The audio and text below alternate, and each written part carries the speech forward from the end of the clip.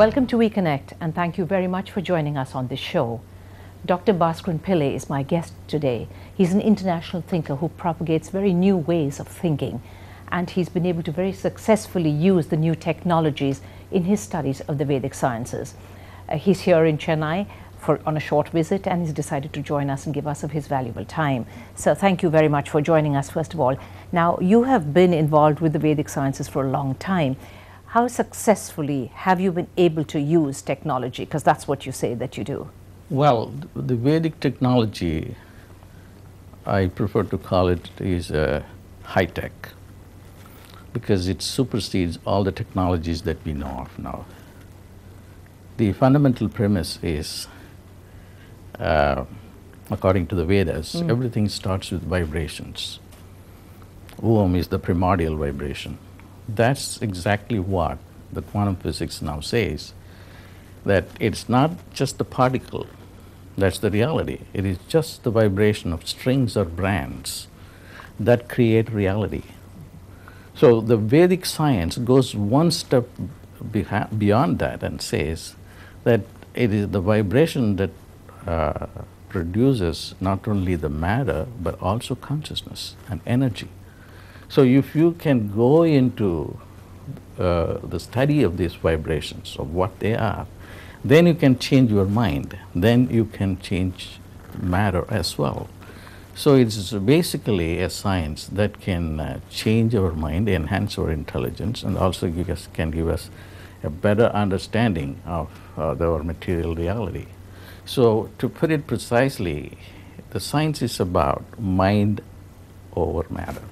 Right. So if you can master your mind, this is what the yogis were trying to see. You know, don't just go and work with matter because it's very difficult. That's the material science model. But the Vedic scientific model is that you can completely master your consciousness, and by mastering your consciousness, you can control matter. Right. But sir, this is 2011, and as we sit here and speak, do you think all of these very ancient sciences are actually applicable in our daily lives, in our everyday lives today? Oh, definitely, definitely. For instance, everything boils down to you know, how good we are in understanding things. You know, basically it's our intelligence that matters. So why the West is really having an upper hand? It's because they have better intelligence, they have better science, they have better technology. That's why within a short period of 200 years or even less than that, they are in a better place than our ancient civilizations. But then that's because our lack of understanding to incorporate our own science, our own Vedic science, in our own life. Because the rishis were very, very clear. Right.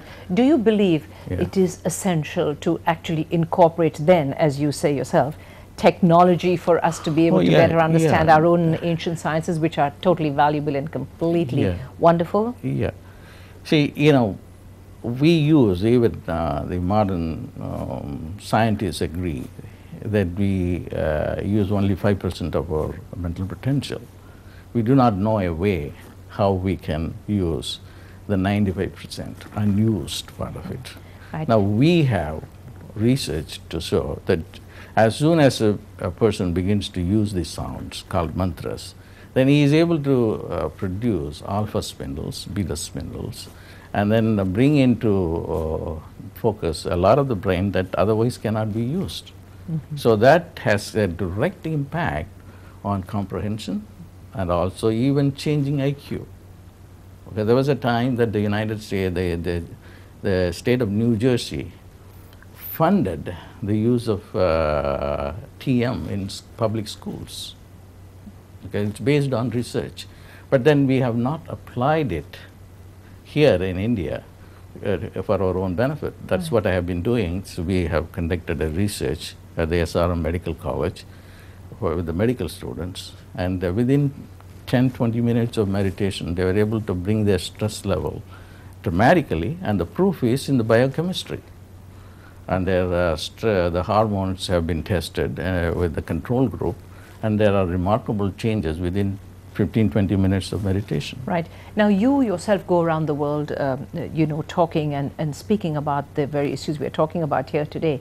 Do you think that here in India we are still somewhat reticent about grasping some of the things you're talking about? Definitely, definitely. There are more people who take it seriously in the West, because I don't teach it in India. I teach mostly in the United States, Canada, and Europe.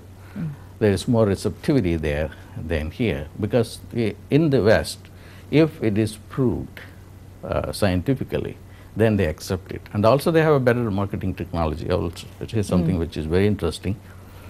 I put out a lot of sounds and then said, this sound will bring you money, this sound will bring you health, this sound will give you a good relationship. And then a company called Nightingale Conant came to me and then said, we want to market you, but then we will do it in another way, in our own way, which is money back guarantee. Use these mantras, okay?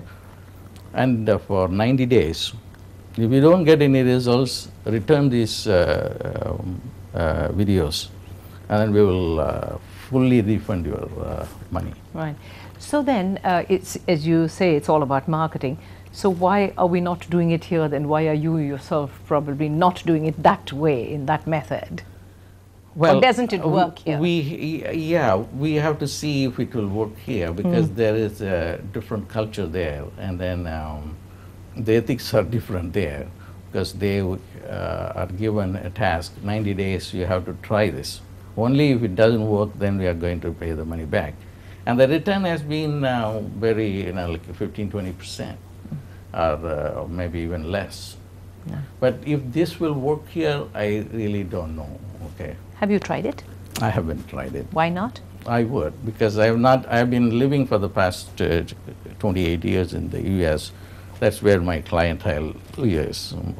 But now I have been visiting India, maybe I would do it and then see if it works. Right. We're going to ask you to hold on for a very short break. We'll get right back here with you on WeConnect, so you please don't go anywhere.